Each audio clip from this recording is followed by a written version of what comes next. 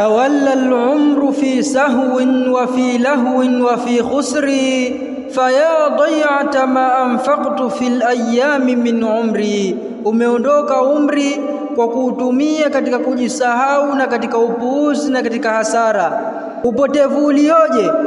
Na ni upi upoteaji wa nilichokitoa katika masiku na katika umri wangu? Ni kiasi gani mimi nimepoteza umri wangu katika kuutumia? Sikuutumia katika kheri, bali nimeutumia katika kuupoteza kwa kujisahau na katika mambo ya hasara na mambo ya upuuzi.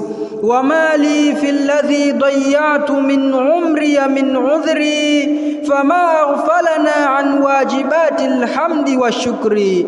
Na sikuwa mimi katika ambacho nimekipoteza kunako umri wangu udhuru wowote. Kitu gani ambacho kimetufanya sisi tusahau kutokana na kutekeleza kile ambacho kimetulazimikia kunako kumshukuru Mwenyezi Mungu Subhanahu wa Ta'ala na kumsifu. Ama qad khassana Allahu bishahrin ayyama shahri bishahrin anzala ar-rahmanu fihi ashrafa adh-dhikri. Hivi hakutuhusisha sisi Mwenyezi Mungu kwa mwezi fulani ambao ni bora kuliko mwezi wowote? Hivi hakutupa Mwenyezi Mungu mwezi huo? Hivi hakutuhusisha Mwenyezi Mungu kwa mwezi fulani ambao ameteremsha ndani yake bora ya dhikri, ameteremsha ndani yake Qur'ani? Wa hal yushbihuhu shahrun wa fihi lailatul qadri fakam min khabarin sahha bima fiha min alkhairi. Na hivi mwezi huo wa Ramadhan, mwezi huo unafanana na mwezi wowote, na ilhalimuna ndani yake lailatul qadri?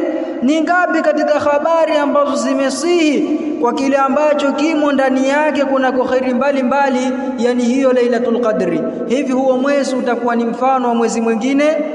Rawaina an thiqatin annaha tutlabu fil witri fatuba limri'in yatlubuha fi hadhihi al-ashri. Tumepokea kutoka kwa waaminifu kwamba hiyo lailatul qadri hutafutwa katika siku za witri, mwezi 21, 23, 25, 27, 29. Ni pongezi zilizoje kwa mtu ambaye ameitafuta hiyo lailatul qadri katika 10 la mwisho wa Ramadhani. Ameitafuta lailatul qadri kwa kusimama kwa ajili ya kutekeleza ibada. Wanawazuoni wakasema kwamba makusudio ya kusimama na kuhuisha usiku wa lailatul qadri ni kukaa usiku mwingi, sehemu kubwa ya usiku kwa ajili ya ibada. Na baadhi ya wanawazuoni wakasema makusudio ni kuwa mtu nusu ya usiku kwa uchache awe ni mwenye kuingia katika kutekeleza ibada ili aingie katika kuihuisha lailatul qadri. ففيها تنزل الأملاك بالأنوار والبر وقد قال سلام هي حتى مطلع الفجر. ndani yake lailatul qadri hushuka malaika kwa nuru mbalimbali na khairi mbalimbali, hushuka kwa wema na nuru. Na hakika amesema malaika, salamu kwa wale ambao ni watu wema, husalimiwa na malaika na hupungiwa mikono. Na zipo tafsiri nyingine isiyokuwa hii, ni salamu hupatikana ndani yake lailatul qadri mpaka hufikia kuchomoza alfajiri. ala fadakhirha innaha min anfasi dhukhri fakam min mutaqin fiha minan nari wala yadri. Zinduka ya Muislamu, uweke hakiba huo usiku wa lailatul qadri. Amka usiku kwa ajili ya kutafuta lailatul qadri ili uhuishe usiku wa lailatul qadri. Lailatul qadri ni katika bora ya vitu ambavyo huwekwa hakiba katika matendo yake mtu. Ni wangapi katika wenye kuachwa huru kunako huo usiku wa lailatul qadri kutokana na moto ilhali hata hajui. Kwa hiyo mashairi haya yanatuhimiza tukithirishe kufanya ibada katika siku za Ramadhan, hususan kusimama katika siku zake. Na kusimama katika Ramadhan huingia kwa kuleta adhkar, ama kwa kusoma Qur'ani, ama kwa kusoma dua, ama kwa kusimama kwa ajili ya kuswali kwa Mwenyezi Mungu mtukufu.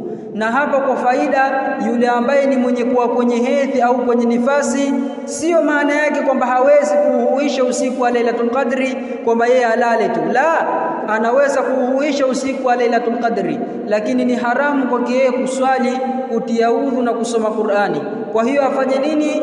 Asimame usiku, akae kwa ajili ya kumuomba Mwenyezi Mungu Subhanahu wa Ta'ala na kunyenyekea kwake na kuleta adhkar na kusoma elimu ya dini ya lazima na mfano wa mambo hayo. Kuna mambo mbalimbali ya khairi.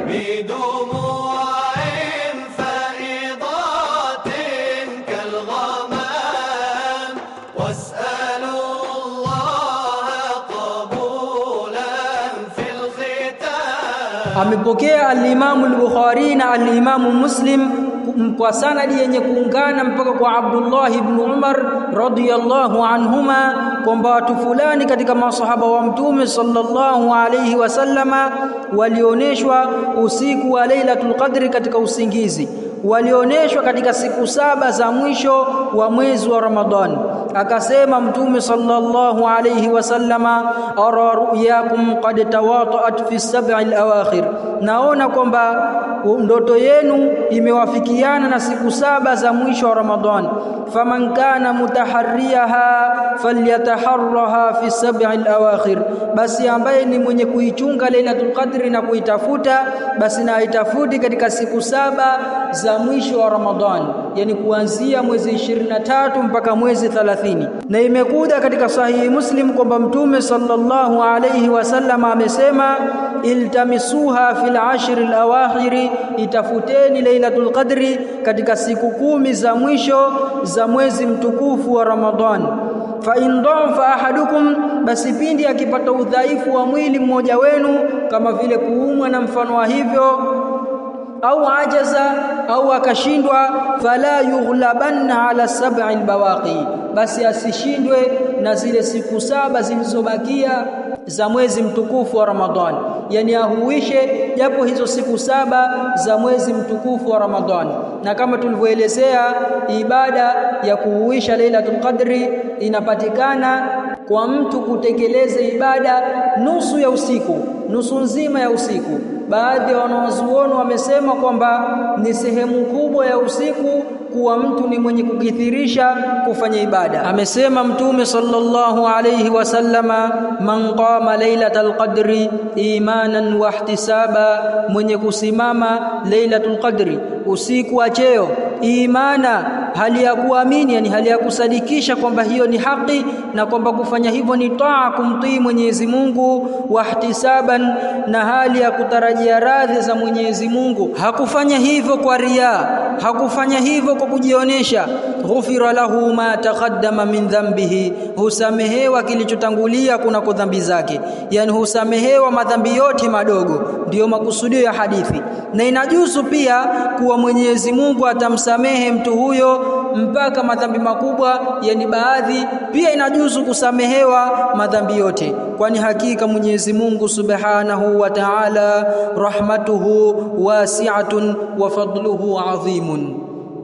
Na kusimama Lailatul Qadri ili ahesabiwe mtu amesimama ni kwamba awe ni mwenye kuhuisha usiku huo wa Lailatul Qadri kwa kuleta tahajjudi ndani yake na kuswali. Tahajjudi ni kusimama usiku baada ya kulala, ama qiyamul laili ni mtu kuwa hajalala usiku akawa ni mwenye kufanya ibada, ni kusimama kwa kuswali, kusoma Qur'ani au kudurusu elimu ya dini au kuleta adhkari au kuleta dua na mfano wa mambo hayo. Mtu anatakiwa afanye haya kwa muda wa nusu ya usiku au zaidi ya hapo, ndio atahesabiwa huyo ameuhuisha usiku wa Lailatul Qadri.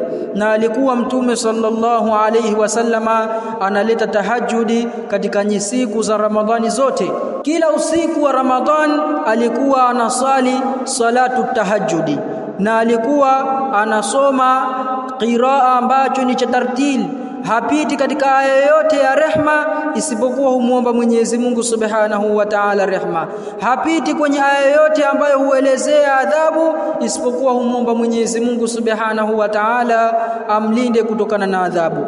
Kwa hiyo alikuwa anakusanya baina ya swala na kusoma na kuleta dua na kutafakari kwa ajili ya Mwenyezi Mungu Subhanahu wa Ta'ala, na kudhihirisha khushui pamoja na khuduu unyenyekevu wa moyo pamoja na unyenyekevu wa mwili, na hili ndilo ambalo ni bora zaidi na ni ukamilifu zaidi katika siku 10 za mwisho wa Lailatul Qadri. Amesema al-Imam Shafi'i rahimahullahu ta'ala katika kauli ambayo ni qadim, astahibu an yakuna ijtihaduhu fi nahariha kajtihadihi fi layaliha, napendeza kuwa kujitahidi kwake mtu katika mchana wake ni kama kujitahidi kwake katika usiku wake.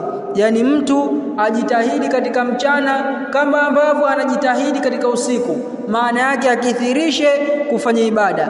Na amesema mama Aisha kwamba alimuuliza Mtume sallallahu alayhi wasallama, unaonaje lau kwamba nitaafikiana na usiku wa Lailatul Qadri, niombe dua gani? Akasema Mtume sallallahu alayhi wasallam, utasema Allahumma innaka afuwun tuhibbul afwa fa'fu anna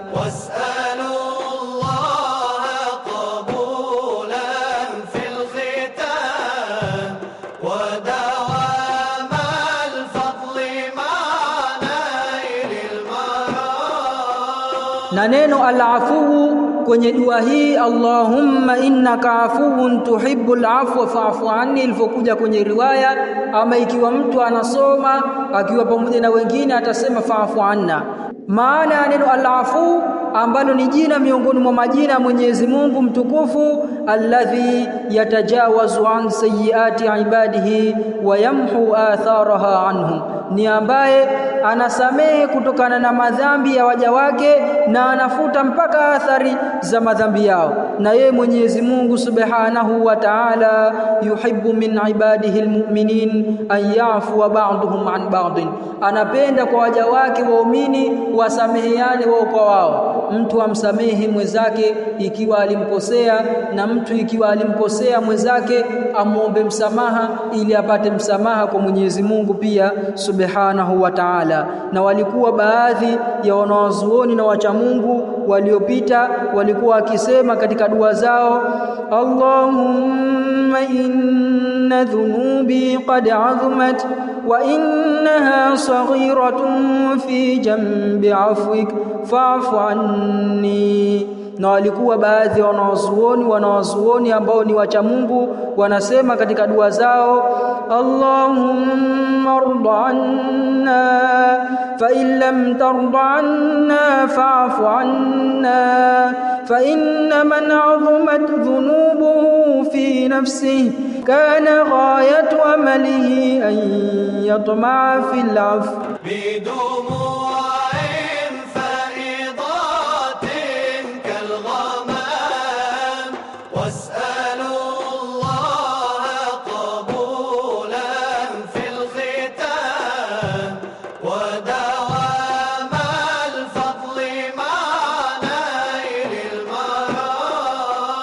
يا ربي عبدك قد أتاك وقد أساء وقد هفا يكفيه منك حياؤه من سوء ما قد أسلفا. Mwenyezi Mungu, mja wako amekujia na ameshatenda uovu, amekosea, inamtosha yeye kwako wewe haya yake. Amekuja hali ya kuwa ni mwenye haya kutokana na ubaya wa kile ambacho amekitanguliza. hamala dhunuba ala dhunubi almubiqati wa asrafa rabbi afu anhu wa afihi rabbi afu anhu wa afihi fala anta aula man afa. Amebeba madhambi juu ya madhambi yenye kuangamiza na amefanya israfu katika kufanya madhambi. Mwenyezi Mungu Subhanahu wa Ta'ala, Mwenyezi Mungu msamehe, mfutie madhambi yake. Hakika wewe Mwenyezi Mungu Subhanahu wa Ta'ala ni mbora wenye kusamehe. Allahumma innaka afuwun karimun tuhibbul afwa fa'fu anna. Tunamuomba Mwenyezi Mungu Subhanahu wa Ta'ala atusamehe madhambi yetu na atufutie madhambi yetu. Allahumma ighfir lana wa liwalidina wa abaina wa ummahatina wa mashayikhina wa dhawil huquqi alayna wa kulli man دعا لنا أو سألنا الدعاء من المسلمين. اللهم اغفر للمؤمنين والمؤمنات والمسلمين والمسلمات الأحياء منهم والأموات برحمتك يا أرحم الراحمين. ربنا تقبل صلاتنا وصيامنا ودعاءنا على ما كان فيها من ضعفنا وتقصيرنا. هذا وصلى الله على سيدنا محمد وآله وصحبه وسلم، والحمد لله أولا وآخرا.